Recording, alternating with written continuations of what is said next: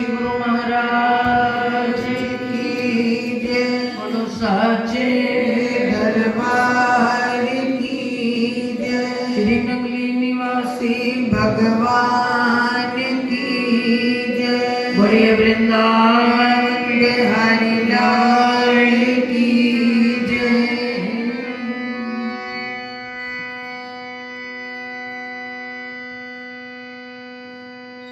उस परम पिता परमात्मा ने हम जीवों को एक ऐसा मानव शरीर प्रदान किया है जिसके द्वारा अगर हम चाहें 84 के चक्कर से मुक्त हो सकते हैं, अगर ना चाहें ना कुछ कर पाए तो 84 में जा सकते हैं।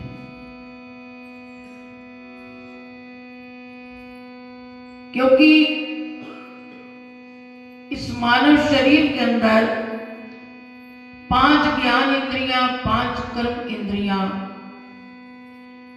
इनमें 3 प्रमुख हैं।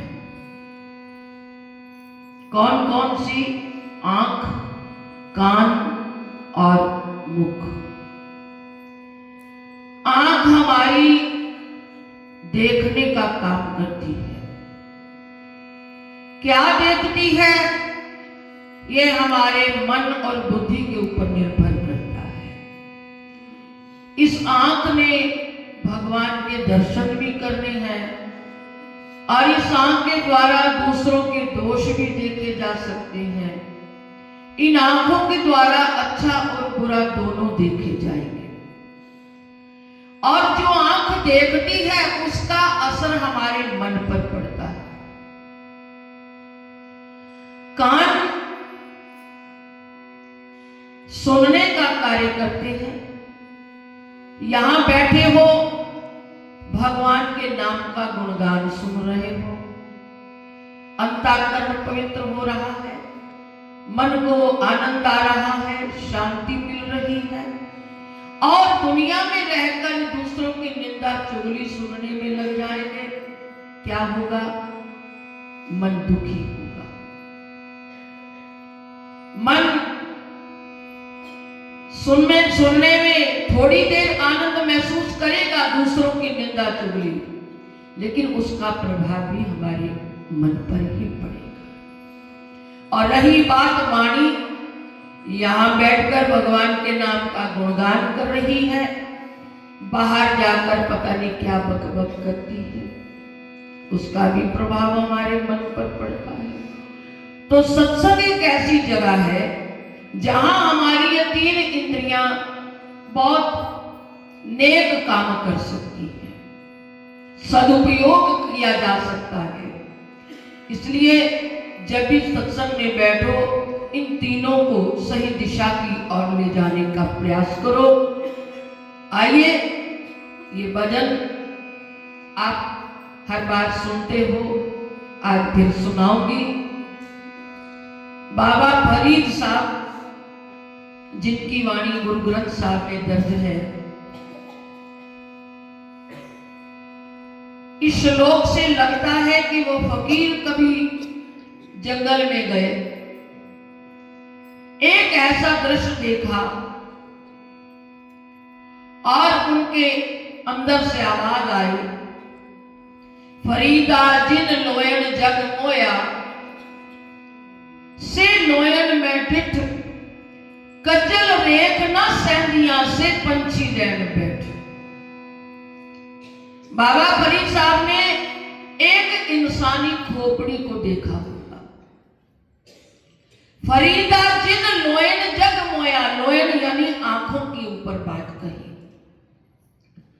फरीदा जिन लोयन जग मोया, बाबा फरीद साहब की आंखें बहुत आकर्षण करने वाली थी, आकर्षित थी।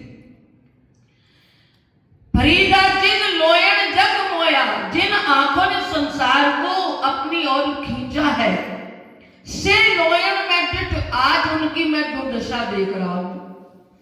खोपड़ी को देखा, कज्जल रेख ना सेंधिया, आंख में काजल की सिलाई डालो वो बर्दाश्त नहीं करती, पलक झपक जाती। कज्जल रेख ना सेंधिया से पंछी रैन बैठ, आज उन्होंने पंछियों ने अपने घोंसले बना लिए। ये बाबा फरीद साहब कहते हैं, यानी इस जीवन की महानता इसका सदुपयोग करने के बाद है, वरना तो ये क्या होगा इसका वर्णन बाबा फरीद साहब कहते हैं। तो आंख के ऊपर एक कवि ने बड़े सुंदर शब्द लिखे हैं कि इन आंखों को भगवान के दर्शन में लगाइए, अच्छा देखने में लगाइए, और अगर इनको सदुपयोग में ले लोगे तो ये आंख तुम्हारे जीवन को बनाने वाली सिद्ध हो जाएगी। आइए प्रभु चरणों में बैठे हैं, इस भजन को गाइए और अपने मन में चिंतन कीजिए। प्रभु ते ध्यान विच लाइया क्यों ना अखियां।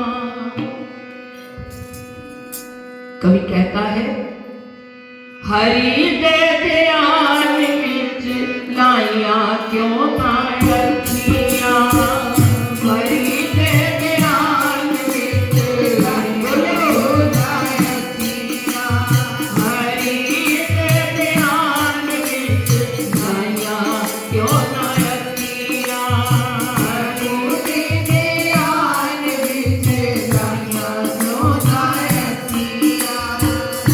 राज राज वेद के, राज राज वेद के, रजाइया क्यों ना अखियां, रजाइया क्यों ना अखियां। राज राज वेद के संसार को देखने में आग कभी थकती नहीं, सपने में भी संसार दिन नजर आता है, जागते हैं तब भी आंखें नहीं उगती, भगवान की ओर जाती नहीं। इसलिए कवि ने एक चोट करते हुए कहा है, राज राज वेद के रजाइया क्यों ना अखियां, राज राज वेद के रजाइया क्यों ना अखियां, रजाइया क्यों ना अखियां, हरि दे ध्यान विच लाइया क्यों ना अखियां, प्रभु दे ध्यान विच लाइया क्यों ना अखियां।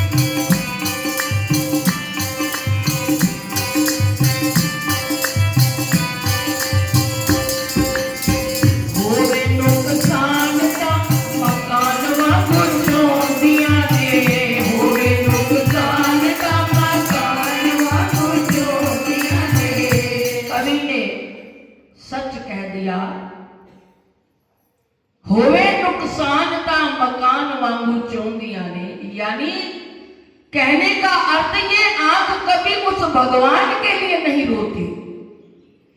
संसार के अंदर एक छोटी सी वस्तु के लिए रो सकती है, लेकिन उसके लिए कभी एक आंसू भी आंखों से ना आए, इसका मतलब अभी हमारे अंदर उसके लिए प्रेम नाम की कोई चीज नहीं है।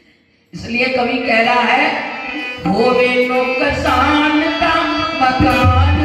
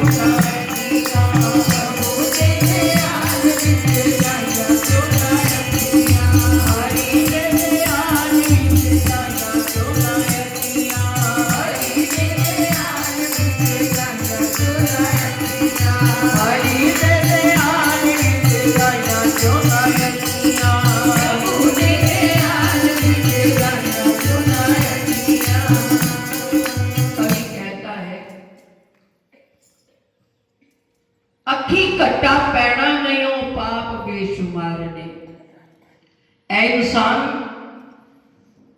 कई पाप तो इस तरह से कर लेता है, जानता है तब भी होता है। कईयों का हमें पता ही नहीं ये पाप है कि पुण्य है। जमीन पर चलते हैं, पता नहीं कितने जीव जंतु पैरों के तले आ जाते हैं, उनसे हम नहीं बच सकते। लेकिन कहीं ना कहीं जिनसे बचने के लिए सावधान किया है, उनको हम ध्यान में रखें। कवि क्या कहता है, अखी घटा पहना नहीं हो पाप बेशुमार ने, अखी घटा पहना नहीं हो पाप बेशुमार ने, तेरिया दो अखायों में नेत्र हजार ने, तेरिया दो अखायों में नेत्र हजार ने, अखी कट्टा पहना नहीं हो पाप बेशुमार ने,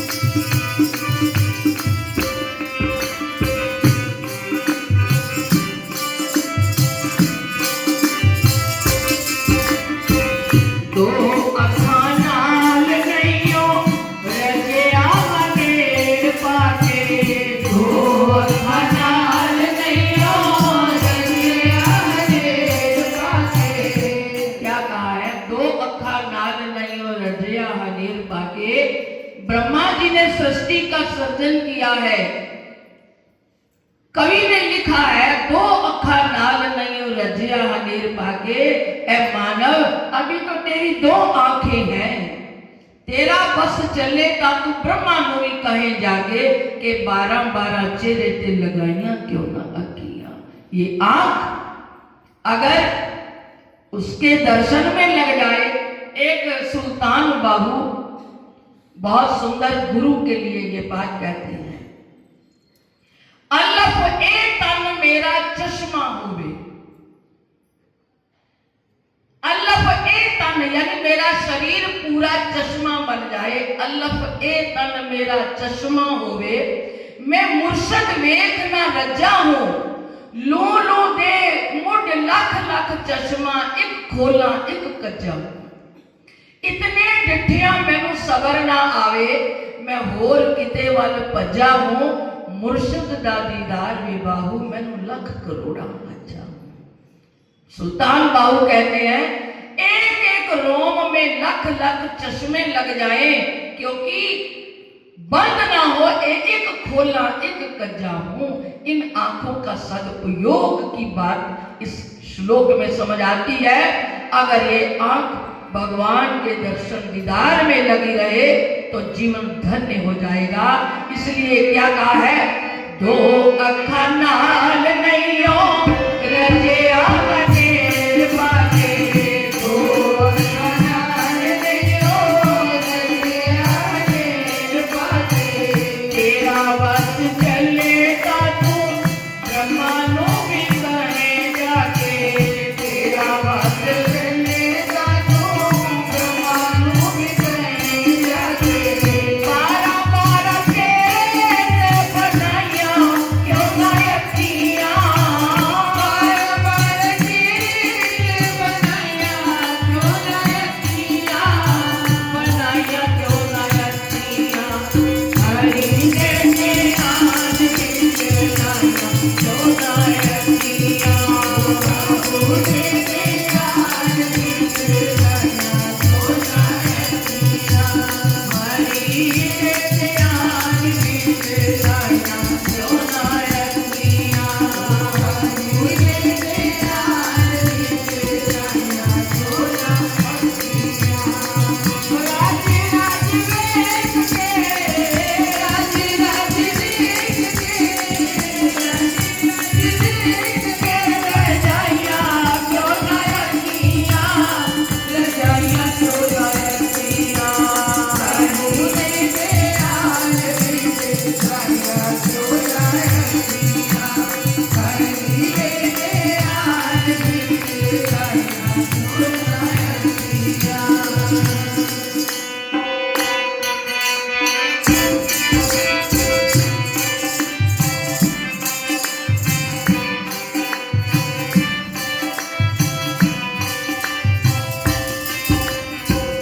दास दास नैना विच सुरमा सजाई पाके, दास दास नैना विच सुरमा सजाई पाके, सच सच शीशी विचों सोच दी सलाई पाके, सच सच शीशी विचों सोच दी सलाई पाके। आंख साफ हो जाए, सारा संसार साफ नजर आएगा। अपनी आंख धुंधली है तो संसार धुंधला है। क्यों?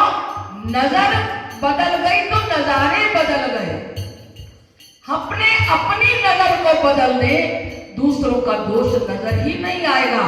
एक छोटी सी बात की पर कहूं, एक बात की बात है,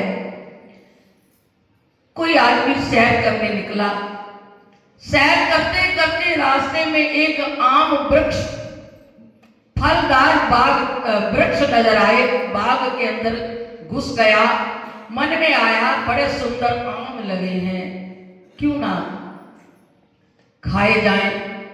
अब शुरुआत हो गई, पांव से टांगों से चलकर अंदर चला गया, अंदर गया, अब आम तोड़ने हैं, जिस तरह से भी कोई प्रयास करके आम तोड़े, धोने लगा, खाने लगा, माली ने देखा, आकर के डंडा मारा और आंखों से आंसू निकले। जिसने देखा है उसने खाया नहीं, जिसने तोड़ा है उसको रस नहीं मिला। लेकिन बात यह है, जिसने सबसे पहले गुनाह किया है, आंख ने पहले देखे हैं आम सुंदर है, खा लिए जाए, तब सारी इंद्रियां सहयोग करने लगी, टांगों से चलकर गया, हाथों से तोड़ने लगा, धोए और मुंह में रस गया। लेकिन जब डंडा पड़ा तो रोना किसको पड़ा? उसी आंख को ही रोना पड़ा। क्यों? जहां से पाप हुआ वहीं पर उसी को ही दंड आखिर में मिला। इसलिए इस आंख को सुधारना है। आंख सुधर गई तो हमारा मन भी सुधर जाएगा। इसलिए अंत में कवि ने लिखा है, इसको साफ कैसे करना है।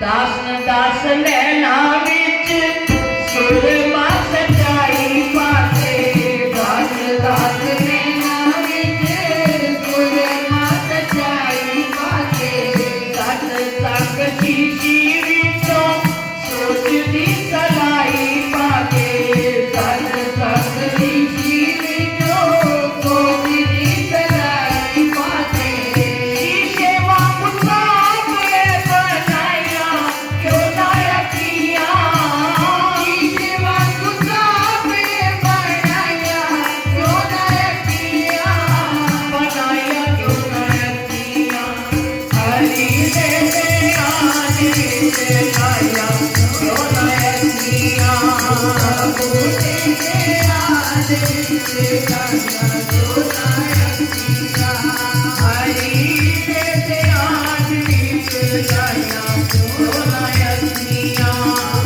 बूटे से आज से लाया क्यों ना रखिया, राज राज में के रचाया क्यों ना रखिया, राज राज में के रचाया क्यों ना रखिया, रचाया क्यों ना रखिया, हरी दे आज से लाया क्यों ना रखिया, जब बोले आज से लाया क्यों ना रखिया, हरी दे आज से लाया क्यों ना रखिया, हरी दे आज से लाया क्यों ना रखिया, प्रभु दे आज से लाया क्यों ना रखिया, हरी दे आज से लाया क्यों ना रखिया। बोलिए श्री गुरु महाराज।